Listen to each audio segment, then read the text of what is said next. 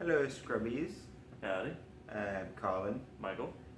We have the new spoilers that just came out, so we're going to go over them, and yeah, pretty exciting stuff. So let's just get right into it.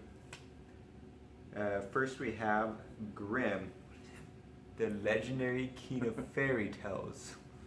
I'm pretty excited about this one. I'm going to be running in my fairy tale deck. He's a 3-cost 8/8 human. However, he has the ability of resonators you control and resonators you own. You own. In a non-field zone, gain Fairy Tale in addition to their own race. And this card gains whenever this card attacks or blocks. It gets Force 1. This card gains +X until end of turn, where X is the result of the roll, as long as your J ruler is Millium, Prince of the Light Palace, or Millium, Voice of a New Generation. Which I thought that was kind of nice because like he's the father of Millium, so he has the same ability as Millium, kind of. But him being able to make everything fairy tale, like for example, if you're running Millium, you can pay Light Will for all of your resonators now. And someone's saying in Wander with the old Grim Ruler, now you can search out any resonators you want because they're all fairy tales now. I think it's pretty awesome, especially for only 3 costs for what you're getting. In my opinion, it's a perfect card for any fairy tale deck. There's a cat there. He's having fun. All right. Second, we have Lumia, the Saint of Creation. And when this card enters your field, remove the top card of your deck from the game, face down. If your J ruler has Lumia in its name, remove the top 3 cards of your deck from the game instead. You may look at them at any time, and you may play cards removed by this card. So that one's pretty good. It's only 2 costs.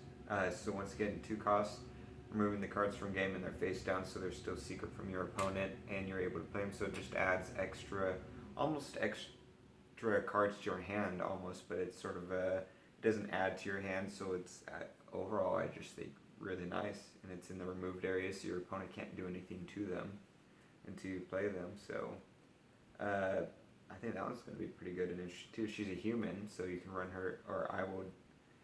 Well, I guess it doesn't matter because Grimm can make her a fairy tale, but humans also go pretty well in fairy tale decks as well, at least in mine. Let's see here. Ooh, I like this one. Ow! Cat. Foot. Kitty, no. Right. Bahamut. Phantasmal Dragon. He's a 6-cost, 1,000 with flying. They brought back Incarnate. He incarnates. You can incarnate for 3 red. Nice. And when he enters your field, he does 700 damage to target player or J resonator. So if you can incarnate, and it would come out pretty easily. 6 costs is pretty high, but I think that's just going to be a pretty fun card. Plus, it looks awesome. That's freaking sick. And next we got Cain, the treacherous killer of the gods. He's 1 cost, 0/400, and this card has the deals 200 damage to target opponent when you tap it. That one's pretty interesting. I like that it does 200 damage to your opponent. Yeah, we'll have to see. I think it has potential, but we'll see how it plays out. I like that it's pretty old school also. It's pretty cool. There we go. Melissa will be excited about this one. It's Alice, Dimensional Traveler. So that's it. She's a 3-cost, 500, and her ability is whenever you're searching your deck, you may play that card from your deck. If this card would be put into the graveyard from your field, you put it at the bottom of your deck. So it's pretty interesting. The 3 cost is kind of high, but some people were talking about some interesting combos with it. Comboing off in Wander, there's a field card that you can pay 2 void less to play cards, and so as long as that card is in your graveyard, so you combo that with Jack's Magic Bean Search, whatever it's called, the 1 cost to put a card in your graveyard, and you're able to do cool combos, and yeah, it has potential. Just people are coming out with combos right off the bat with it, so I think she'll find a cool little thing to do. Alrighty, next we have Little Red, Fairy Tale of Air. She's a 1-cost wind with 300, 300. The resonator is a fairy tale, and this card gains +100, +100 for each wind magic stone you control. And this card gains swiftness as long as you control a non-special wind magic stone. So, that one's got potential, yeah, I think. It's a 1-cost with some ramp ability there. Yeah, pretty nice. So it doesn't fall off as hard late game. It still has potential, but the later in the game you get, and it's decent early game as well. Sherazad the Prophet. It's a 4-cost wind. You got 900, 900. It's the race is Wanderer, and when this card enters your field, put target resonator on top of its owner's deck. So that one's okay, I think. I think the 4 cost is a little bit high, but it's cool looking. I can't think on top of my head of any combos with it or anything like that, so there might be something I'm missing, but it seems alright. This next one though, this is the moneymaker. So we have Abdul Al-Hazred, Poet of Madness. He's 2 darkness, 6/6. He's a wizard. His ability is resonators entering your opponent's field don't cause their abilities to trigger. So this card, suddenly if you're running in this card in your deck, stealth decks don't work anymore. Hook doesn't work anymore. Fox's chimeras don't work anymore. Their enter abilities. He shuts down a lot of stuff. I think that card has the potential to become a staple in a lot of decks. I'm gonna grab a few of those. That is a really, I think that's a crazy good card, and only 2 costs too, so you can play it pretty early game. Yeah, screw those turbo hook decks, huh? That's a big middle finger there, like that.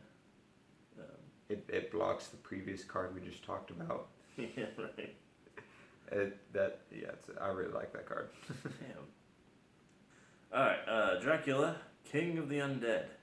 He's a 4-cost, 1,000, 1,000. Obviously, he's a vampire. He has flying, and your J ruler gains imperishable and vampire in addition to its own races. That one I think is pretty good also. It's only 4 cost and still 1,000 with flying. So similar to the dragon from earlier, but it's cheaper. Plus, giving your J ruler imperishable just passively is pretty awesome. That helps block against Moonbeam since it's a passive ability already stacked on it. Yeah.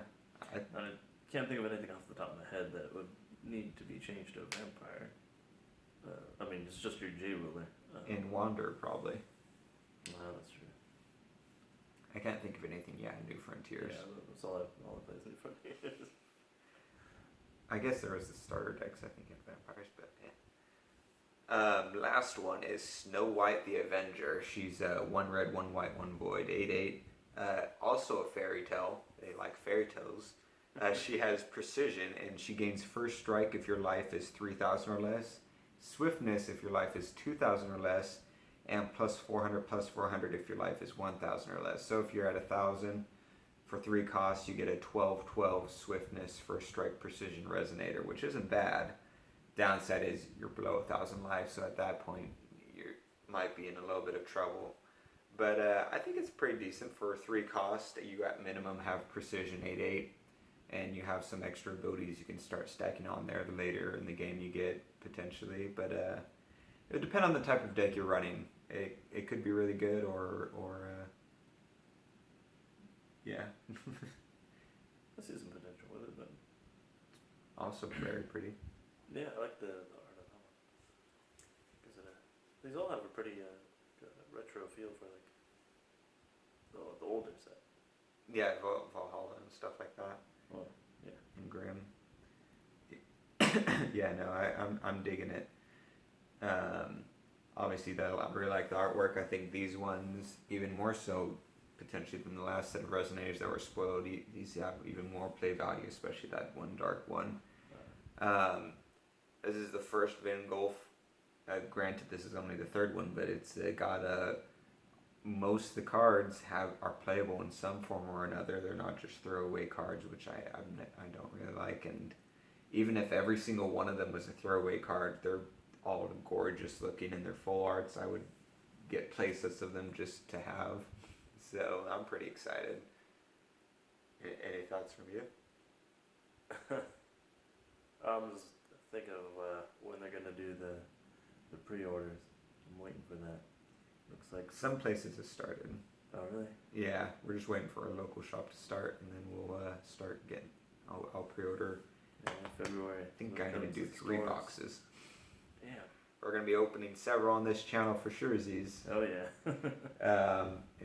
We're pretty excited. That's all I'm gonna do every Thursday for the next few weeks. Okay, so they're still going. So we'll be back next week. Same thing, and hopefully some more awesome stuff. I'm hoping they spoil some spells. I'm we're still pretty waiting on those. excited. I heard we're getting some reprints. So Rulers, we got resonators. We're just waiting on the spells. We got the we got stones the already. stones. Yeah. Woo. All right. Peace out.